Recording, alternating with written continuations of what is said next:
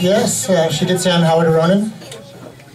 I am the son of beef and rice-aroni. And the only reason I do that lame joke is because they're here.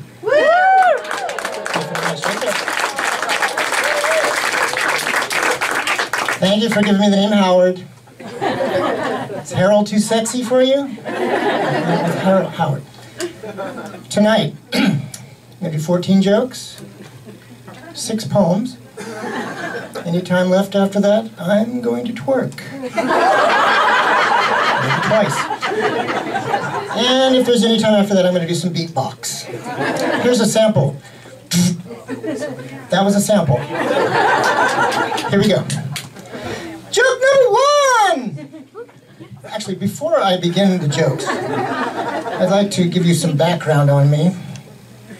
For the last 30 years, I have been in the airline profession as a flight attendant. That's right. And for most of those 30 years, I've been a male flight attendant. No,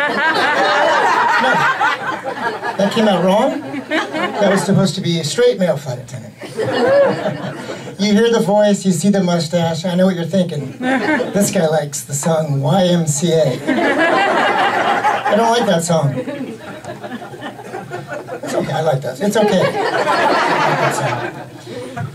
So, my supervisor called me into her office and said, Howard, what's this? We hear you're doing stand-up comedy. What is your goal? My goal? Well, I want to get out there and kill. And have someone maybe ask me to shoot a pilot.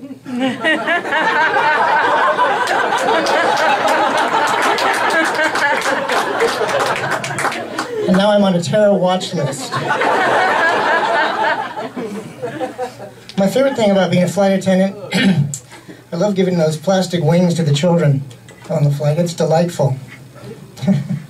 You can't do the same thing at the local mall, though. It's a different reaction. Hey kids, come here, you want some of these wings? Go ahead, take a wing. It's okay, I work for an airplane company. And now I'm on a terror watch list. That's twice I'm going to do that. I'm feeling that you folks don't believe that I'm a flight attendant. Well, I have to prove it to you. Come here. Why would I have one of these? Why? I'm required to carry this with me everywhere I go. I have a license. I could belt you right now. I could buckle you. I could belt and buckle you right now. But I choose not to. But if there's turbulence in this room, I'm your man. That is the weakest joke of the night, I think. That was the weakest joke. So after 30 years, you would think you would be better at something. I'm worse. I don't like people, I don't like to travel, I hate people, I don't like to travel, I stand at the front door, I watch the passengers come by. I'm like the Joe Pesci of flight attendants. How you doing? How you doing? What the fuck are you looking at? How you doing? Come in, you big galoot. Hey, that's a cute kid. What is it, a fucking monkey? Come on.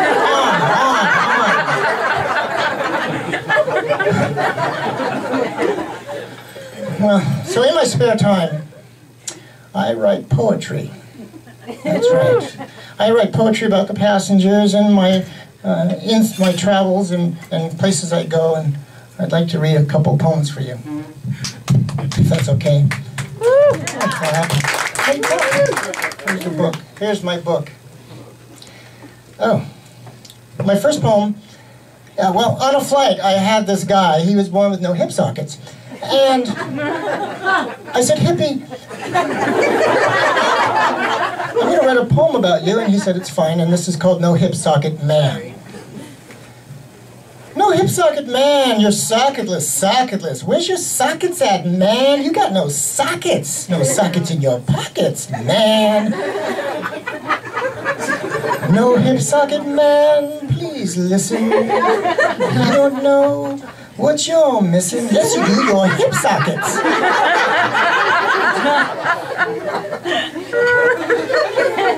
I'm not a professional poet, I'm a professional flight attendant. My next poem, first of all, are there any Amish in the audience? What?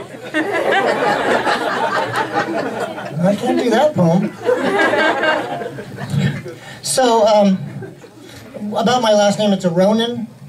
You've heard it 4 times already tonight, but sometimes my name is mispronounced. Once, it was actually a good thing to have it mispronounced.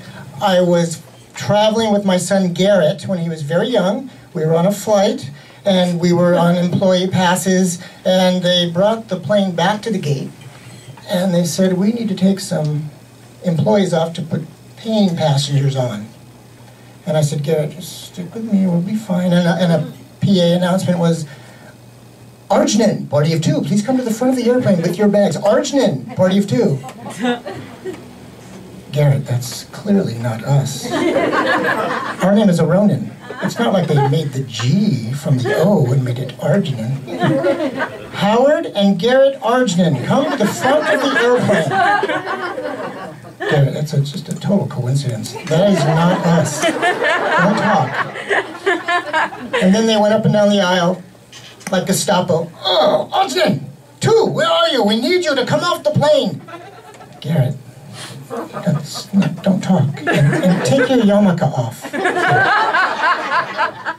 So eventually they said, Aronin is not here. Jackson, party of 6. I said, Garrett, we're fine. Be proud of who you are. Remember, Hakuna Matata. And that means, sometimes play dumb, boy. Thank you very much. Good night, Flappers audience.